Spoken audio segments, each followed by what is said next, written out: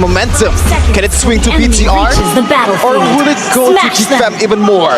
Let's see in the Land of Dawn for Game 2 of Geek Fam versus PTR. Alright, ladies and gentlemen, off the bat, as always, keep your eyes on that mid lane with the Arlet and the Loyi. There's a lot of kill potential. Might just result in something of a first blood. Looking at the clear speed though, still age-old. It's so funny that we've seen so many developments, but now all roads lead back to the Barats and the Frederick. Okay, let's see. Oh, already. So Rizzo is very aggressive with this Esmeralda, something that being provided by this kind of XP laner.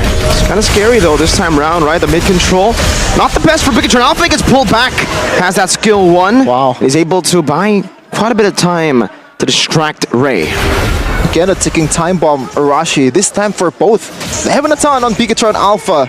But Geek Fam, they have a solution here in Luke. What do you think what's going to happen in the late game if it's going to go there? In the late game, I mean, Luke, of course, will be an absolute menace to squishies and tanky heroes alike.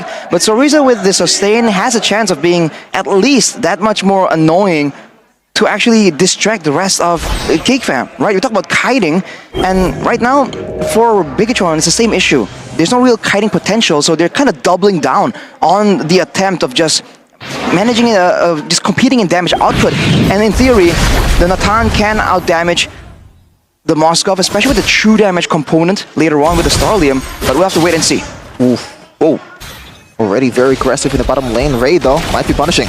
Yup, good taunt on the knockup as well. Chidera should be able to find a Spear of Misery, and he gets it right as Key pops the Vengeance, so he gets pushed and shoved back to tier 1. First blood for the Moskov. Assisting his own death, Key going in.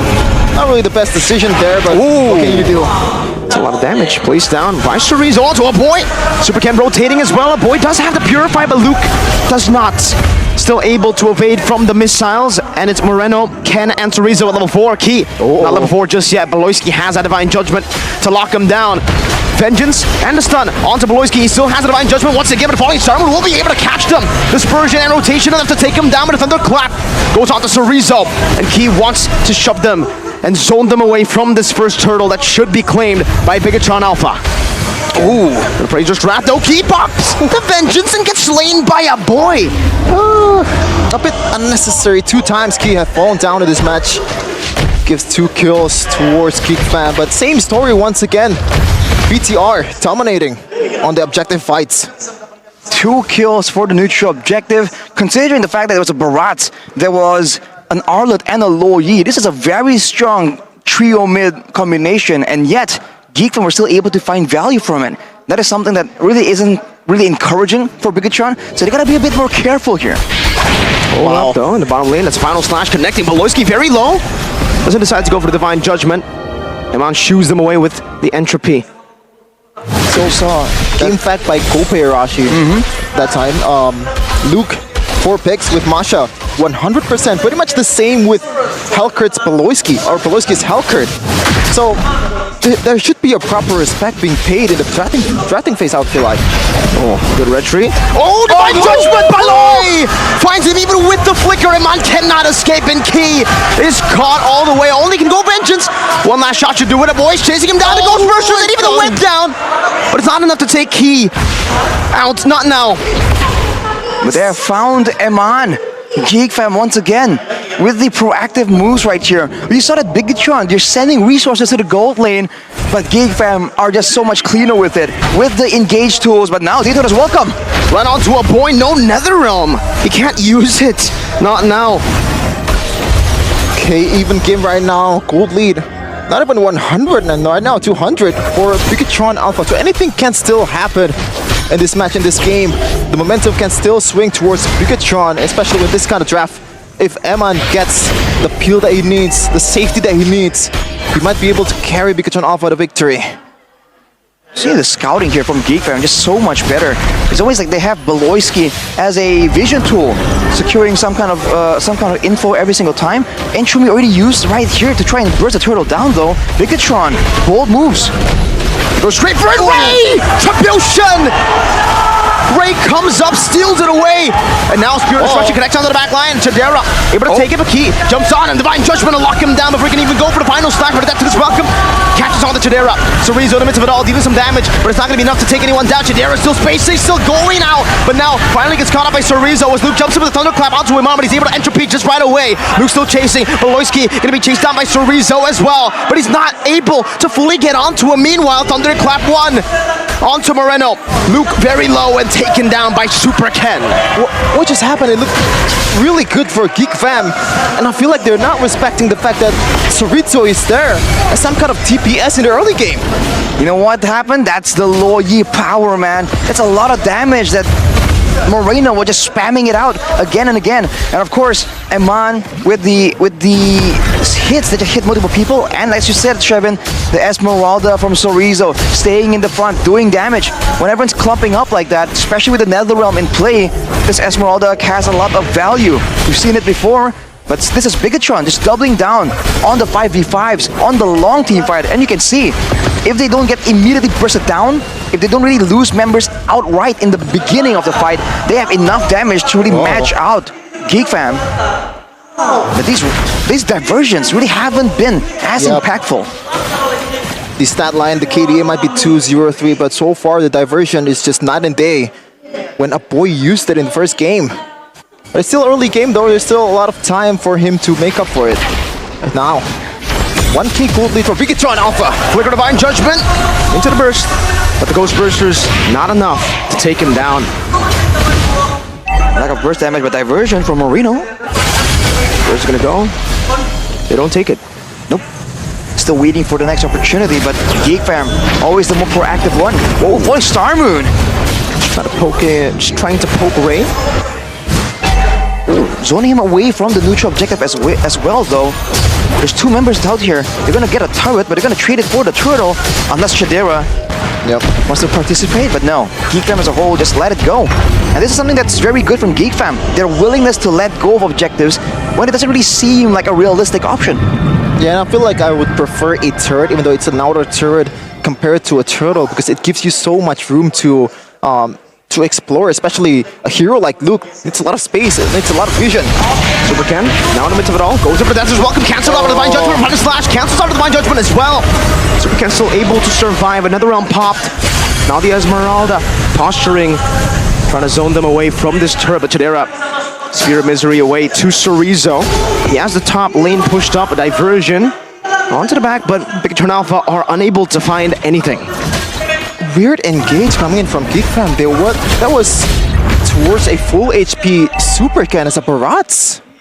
That's because of the positioning. Bigatron understands that they can let Super Ken tank some of this damage. He's tanky enough to withstand it, at least initially. And because of that, they're letting him take the first hit, and then they're counter-engaging with the final slash, with the damage and the passive coming from Lo Yi. And now they're going for Ray. Ooh, Star Moon doesn't go for it.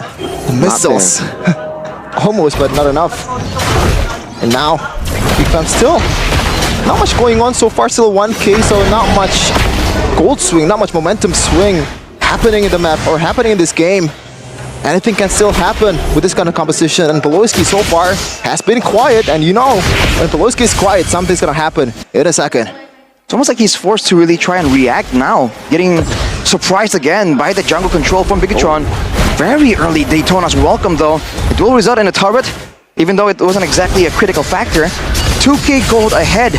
Now it looks like Geek Fam are the ones confused. They can't really find a way to get a reliable flank anymore. No macro diversion and a shortcut portal.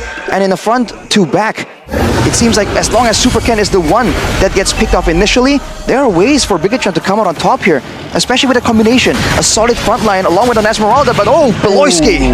Forced to flicker. It's pretty big. 1 HP bar down on Luke. Trying to run away now. Another stun comes down upon him. Spear of Destruction.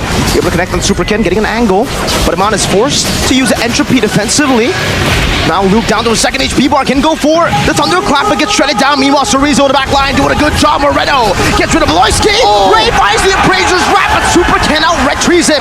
Diversion to the back, but no one takes it. Luke has a Thunderclap, is going for it, loses 1 HP bar, but it can only get Key. With that Thunderclap, Iman takes him out. It's a favorable trade for the Red Robots. very unfortunate.